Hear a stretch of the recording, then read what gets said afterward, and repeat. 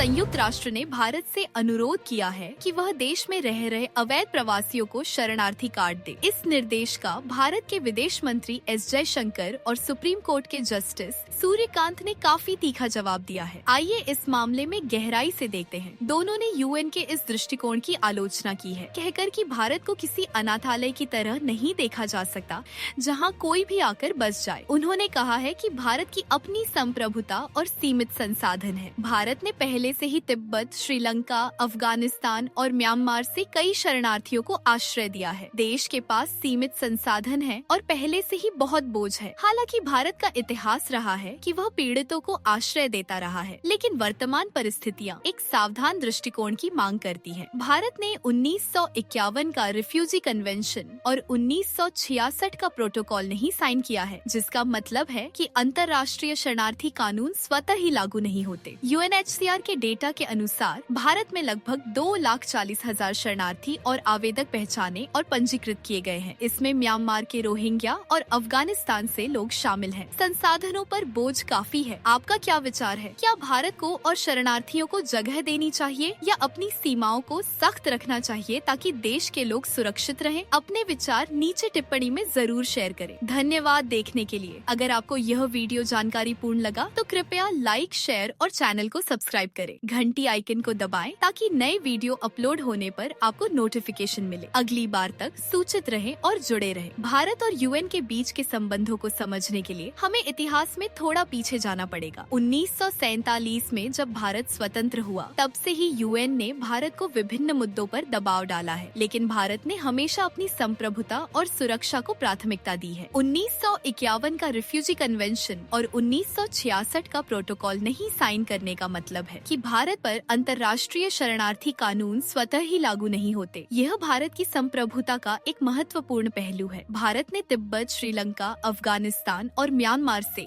शरणार्थियों को आश्रय दिया है, लेकिन यह नहीं मतलब है कि भारत पूरी दुनिया के शरणार्थियों को आश्रय दे सकता है। संसाधन सीमित हैं और पहले से ही बहुत बोझ है। होस्ट वीओ यूएनएचसीआर के डेटा के अनुसार भारत में लगभग 2,40,000 शरणार्थी और आवेदक पहचाने और पंजीकृत किए गए हैं। इसमें म्यांमार के रोहिंग्या और अफगानिस्तान से लोग शामिल हैं। संसाधनों पर बोझ काफी है। राष्ट्रीय सुरक्षा भारत के लिए सबसे महत्वपूर्ण है। शरणार्थियों के नाम पर आतंकवादी गतिविधियां और अवैध व्यापार बढ़ा सकते हैं। 2017 में रोहिंग्या शरणार्थियों को लेकर देश भर में विवाद हुआ था, जब केंद्र सरकार ने सुप्रीम कोर्ट में हलफनामा दायर कर कहा था कि कुछ रोहिंग्या आतंकियों के संपर्क में हैं और वे देश की सुरक्षा के लिए खतरा बन सकते हैं। उस समय भी भारत ने कहा था कि मानवीय आधार पर हम मदद कर सकते हैं, लेकिन राष्ट्रीय सुरक्षा सबसे ऊपर है। जयशंकर जी ने भी इसी बात को दोहराते हुए कहा कि भारत का इतिहास रहा है कि उसने हमेशा पीड़ितों को आश्रय दिया है, चाहे 1947 के बंटवारे में पाकिस्तान से आए लोग हों, 1969 में तिब्बत से आए शरणार्थी हों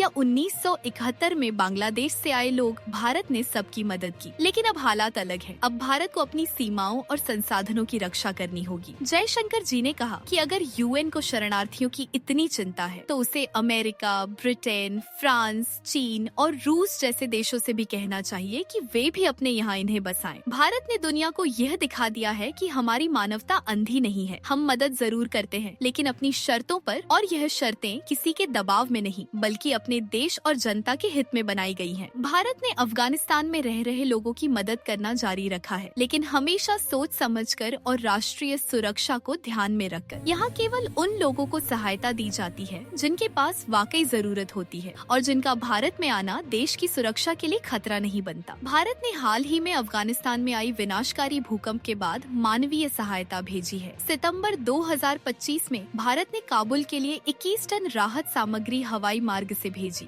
जिसमें तंबू, खाद्य सामग्री, चिकित्सा उपकरण और पानी की सफाई की सामग्री शामिल थी। भारत ने हमेशा पीड़ितों को आश्रय दिया है, लेकिन वर्तमान परिस्थितियां एक सावधान दृष्टिकोण की मांग करती हैं। राष्ट्रीय सुरक्षा और संसाधन प्रबंधन सबसे महत्वपूर्ण है। यूएन को भी यह समझना चाहिए कि भारत अपनी संप्रभुता और सुरक्षा को प्राथमिकता देता है। अंत में यह फैसला आपका है। क्या भारत को और शरणार्थियों को जगह देनी चाहिए या अपनी सीमाओं को सख्त रखना चाहिए ताकि देश के लोग सुरक्षित रहें? अपने विचार नीचे टिप्पणी में जरूर शेयर करें। धन्यवाद देखने के लिए। अगर आपको यह वीडियो जानकारी पूर्ण लगा तो कृपया लाइक, शेयर और चैनल को सब्सक्राइब करें। घंटी आइकन को दबाएं ताकि नए वीडियो अपलोड होने पर आपको नोटिफिकेशन मिले। अगली बार तक सूचित रहें और जुड़े रहें।